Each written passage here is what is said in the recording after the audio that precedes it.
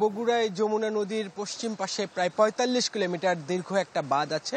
সেই বাঁধের জন্য বাঁধ অতিক্রম করে কিন্তু বন্যার পানি মেইন যে লোকালয় সেখানে প্রবেশ করেনি। তবে বাঁধের মধ্যে এবং যমুনা নদীর মধ্যে বগুড়ার ২ উপজেলার ৯টি ইউনিয়নের প্রায় ২৫টার মতো গ্রাম আছে এবং যে চর অঞ্চল সেগুলো, এই চর অঞ্চলগুলো কিন্তু অনেকটা নিচু।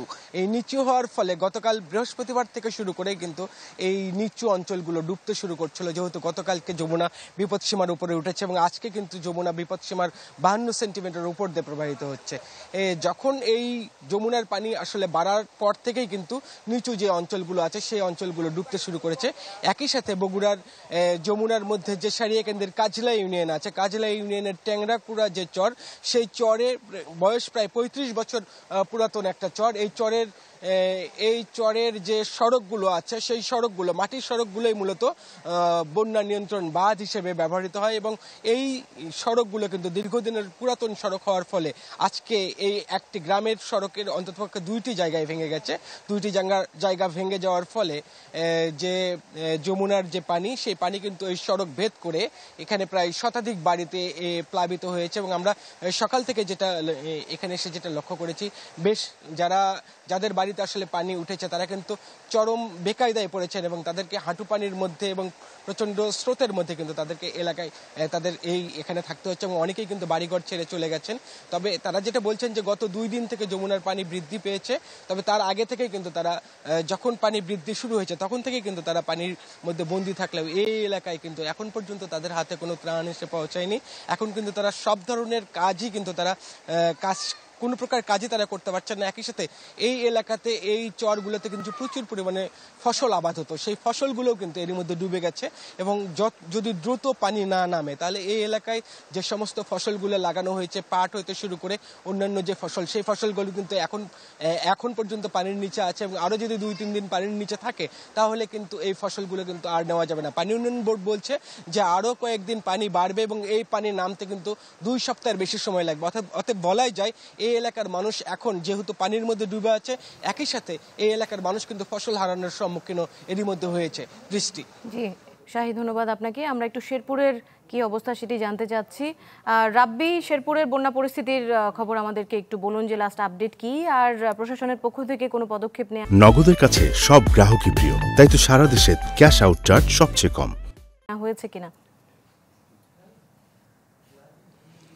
দৃষ্টি, আমি প্রথমে একটু বলতে চাই যে ব্রহ্মপুত্র নদের পানির বিষয়ে। ব্রহ্মপুত্র নদের পানি গতকাল যা অবস্থায় ছিল সেটি কিন্তু গত রাতে ৬৯ সেন্টিমিটার বেড়ে এখন এই মুহূর্তে বিপদসীমার ২৫২ সেন্টিমিটার নিচ দিয়ে প্রবাহিত হচ্ছে এবং এই পানি কিন্তু এখন পর্যন্ত বাড়ছে। পানি উন্নয়ন বোর্ড আমাদেরকে জানিয়েছে যে এই পানি অব্যাহতভাবে বাড়তে থাকবে এবং একই সাথে শেরপুরের যে অন্যান্য নদীগুলো রয়েছে, সোমেশ্বরী, মহারশী, ভোগাই এবং চিল্লাখালী সহ অন্য ব্রহ্মপুত্রের শাখা নদীগুলো, সেই শাখা নদীর পানিও কিন্তু ধীরে ধীরে বাড়তে শুরু করেছে। শেরপুরে যদিও গতকাল থেকে আমরা বৃষ্টিপাত দেখতে পাইনি, কিন্তু আজকে সকাল থেকেই ভারী বৃষ্টিপাত হচ্ছে এবং থেমে থেমে বৃষ্টি হচ্ছে। শেরপুরে বৃষ্টিপাত না হলেও যদি উজানে শেরপুরের বন্যা পরিস্থিতির অনেকটা অবনতি হওয়ার শঙ্কা করছেন স্থানীয়রা। আমরা স্থানীয় প্রশাসনের সাথে কথা বলেছি। আসলে এখন এই মুহূর্তে যে পরিমাণ সহযোগিতা বরাদ্দ হয়েছে তা কিন্তু একেবারে প্রয়োজনের তুলনায় অপ্রতুল এবং একই সাথে যদি বলি যে স্থানীয়রা অভিযোগ করছেন, পানিবন্দী এলাকার লোকজন অভিযোগ করছেন যে এখন পর্যন্ত অনেক এলাকাতেই কোনো ধরনের সরকারি সহায়তা পৌঁছায়নি এবং যার দরুন বেশিরভাগ এলাকাগুলোতে কিন্তু খাবার এবং সুপেয় পানির অভাব দেখা দিয়েছে। একই অবস্থা কিন্তু ব্রহ্মপুত্র অববাহিকার যে চরাঞ্চল রয়েছে সেই চরাঞ্চলগুলোতে রোপা আমনের বীজতলা এবং যে মৌসুমি সবজিগুলো আবাদ করা হয় সেই সবজিগুলো কিন্তু পানিতে তলিয়ে গেছে। পানি উন্নয়ন বোর্ড আমাদেরকে জানিয়েছে এই বৃষ্টি কিছুদিন অব্যাহত যদি থাকে এবং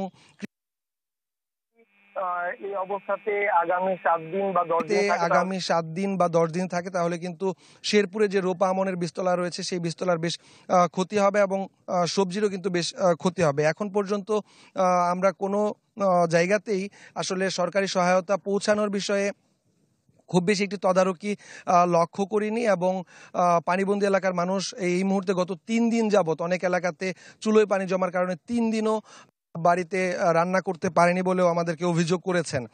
সুপেয় পানির অভাব থাকার কারণে বাড়ার একটি সম্ভাবনাও দেখছেন স্থানীয়রা। এবং একই সাথে যদি আমি বলি যে শেরপুরের অন্তত 4টি উপজেলার এই মুহূর্তে 20,000 মানুষ কিন্তু পানিবন্দী রয়েছেন এবং 50,000 মানুষ কিন্তু এই পাহাড়ি ঢলের কারণে ক্ষতিগ্রস্ত হয়েছেন। কাঁচা পাকা সড়ক ক্ষতিগ্রস্ত হয়েছে। আসলে এই মুহূর্তে সরকারি অন্তত 10টি শিক্ষা প্রতিষ্ঠান কিন্তু বন্ধ ঘোষণা করা হয়েছে অলিখিতভাবে। এ ছিল দৃষ্টি আমার কাছে পাহাড়ি ঢলের আকস্মিক বন্যার সর্বশেষ খবর শেরপুর থেকে। দৃষ্টি।